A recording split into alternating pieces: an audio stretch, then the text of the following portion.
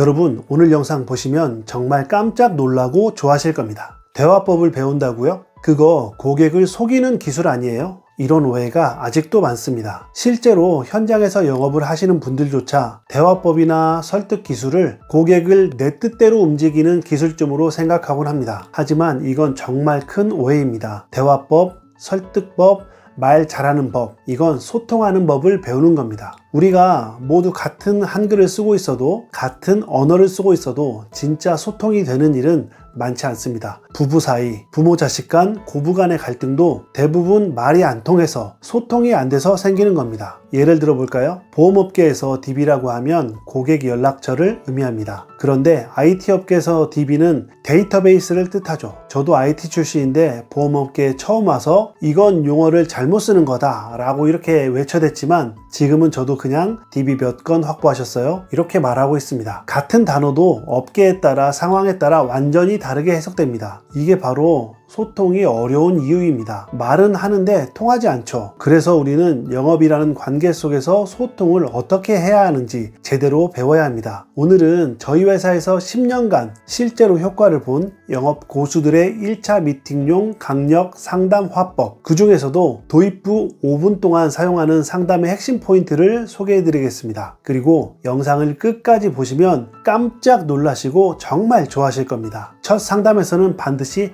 라포를 형성해야 합니다. 대표님들께서는 이미 수많은 컨설턴트들을 만나보셨고, 많은 분들이 무작정 찾아와서 해야 할 이야기만 길게 설명하고 가는 경우가 많습니다. 그리고 그 과정에서 불편한 경험이나 심지어 피해를 본 적이 있는 분들도 있습니다. 이런 상황에서 대표님들의 첫 반응은 또 왔네, 똑같은 이야기 하겠지, 이런 생각이 먼저 들 수밖에 없습니다. 그렇기 때문에 우리는 무엇보다 다르게 보여야 합니다. 하지만 여기서 중요한 것은 저희는 다릅니다, 저희는 다른 컨설팅 업체와 달라요, 이렇게 말로 강조하는 것이 아니라 말투와 태도, 질문 방식으로 자연스럽게 이 사람은 좀 다른데? 라는 느낌을 전달해 드리는 겁니다. 라포 형성은 단순한 인사 이상의 의미를 갖습니다. 이건 단순한 호감이 아니라 대표님께서 우리와 대화를 계속해도 괜찮겠다고 느끼는 그 신뢰의 시작점이 되기 때문입니다. 대화를 이어나가도 되겠다, 대화를 이어나가고 싶다라고 느낄 수 있도록 마음을 여는 것입니다. 명함을 보시면 궁금한 점이 참 많으실 텐데요. 제가 찾아뵌 이유는 잠시 후에 아주 자세히 말씀을 드리도록 하겠습니다.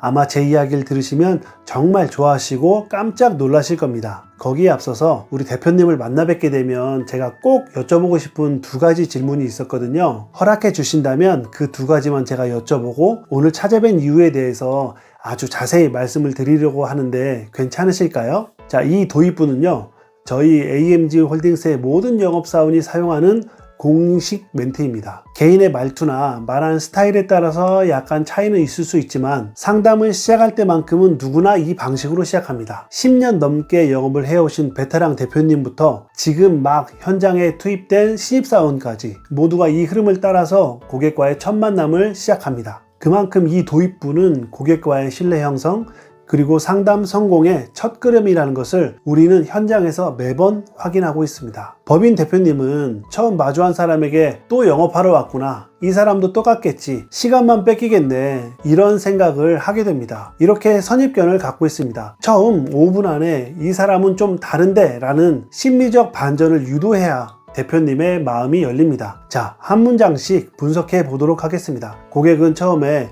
궁금하지 않았지만 궁금하실 거예요, 이런 말을 들으면 자연스럽게 관심을 갖게 되는 효과가 발생합니다. 인지일관성 이론이라는 게 있는데요, 상대방이 궁금하다고 했는데 내가 안 궁금하면 내가 이상한가? 이렇게 생각하게 됩니다. 그래서 무의식적으로 집중하게 됩니다. 안 궁금했는데 궁금해지게 되는 것이죠. 찾아온 목적을 나중에 말한다고 하네요.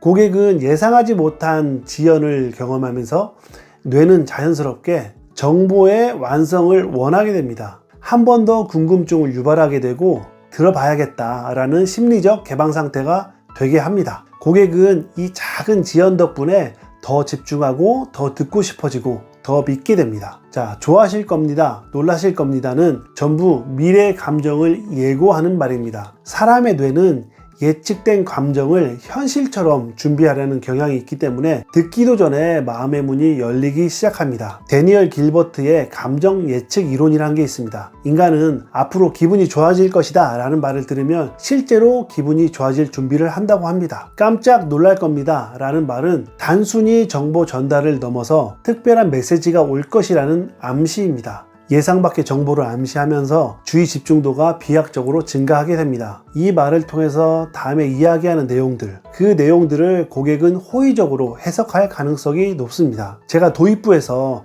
깜짝 놀랄 거라고 했을 때, 정말 좋아할 거라고 했을 때 어느 정도 기대를 하지 않았나요? 많은 영업 상담은 설명으로 시작되기 때문에 고객들은 처음부터 듣기만 하는 입장이라고 생각됩니다. 그래서 방어적인 자세를 취하게 되죠. 그런데 이 문장은 말할 기회를 주겠다는 사전 시그널이기 때문에 고객은 자연스럽게 대화를 하려는 사람이구나 라는 인식을 갖게 됩니다. 질문이 있다라고만 하면 고객은 또 얼마나 많이 물어볼 건지 말하고 싶지 않은 것까지 물어보는 거 아닌가 라는 생각을 하게 되는데, 두 가지만 질문한다라는 이 표현은 고객에게 심리적 범위를 미리 제시해서 부담을 줄여줍니다. 꼭 여쭤보고 싶었던 이라는 이 표현은 즉흥적이 아니라 사전에 고민이 있었던 것을 이야기하는 것으로, 고객은 이 사람은 내 회사나 내 상황을 미리 알아보고 좀 준비했구나, 이렇게 준비된 상담자라는 신뢰감을 느끼게 됩니다. 말할 기회를 주겠다는 상담자는 듣는 고객의 심리적 문을 자연스럽게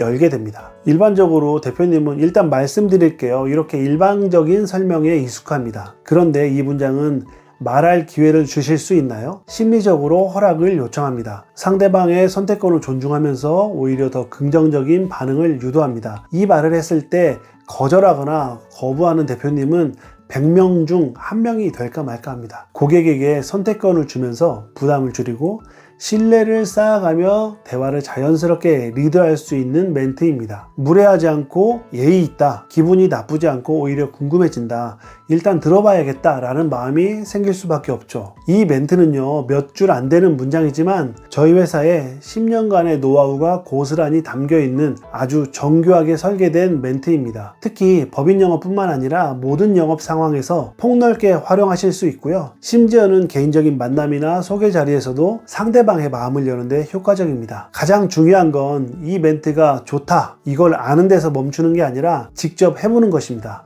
처음엔 좀 어색하더라도 내 입에 익숙해질 때까지 반복해서 연습해 보시길 바라겠습니다. 분명히 말씀드릴 수 있습니다. 이 멘트는 반드시 이득이 됩니다. 절대 손해보지 않습니다. 꼭 사용해 보시길 추천드립니다. 자, 이제 그 다음이 궁금하시죠? 그 두 가지 질문을 어떻게 해야 하는지 알고 싶으시죠? 그 내용은 다음 영상에서 좀 더 자세히 설명드릴 수 있도록 하겠습니다. 오늘 영상이 도움이 되셨다면 구독 버튼을 꾹 눌러주시고요. 영업과 관련해서 궁금한 점이 있으시다면 고정 댓글에 있는 링크를 통해서 편하게 문의해 주십시오. 여러분이 영업하시는데 꼭 도움이 되는 영상으로 다시 인사드리겠습니다. 감사합니다.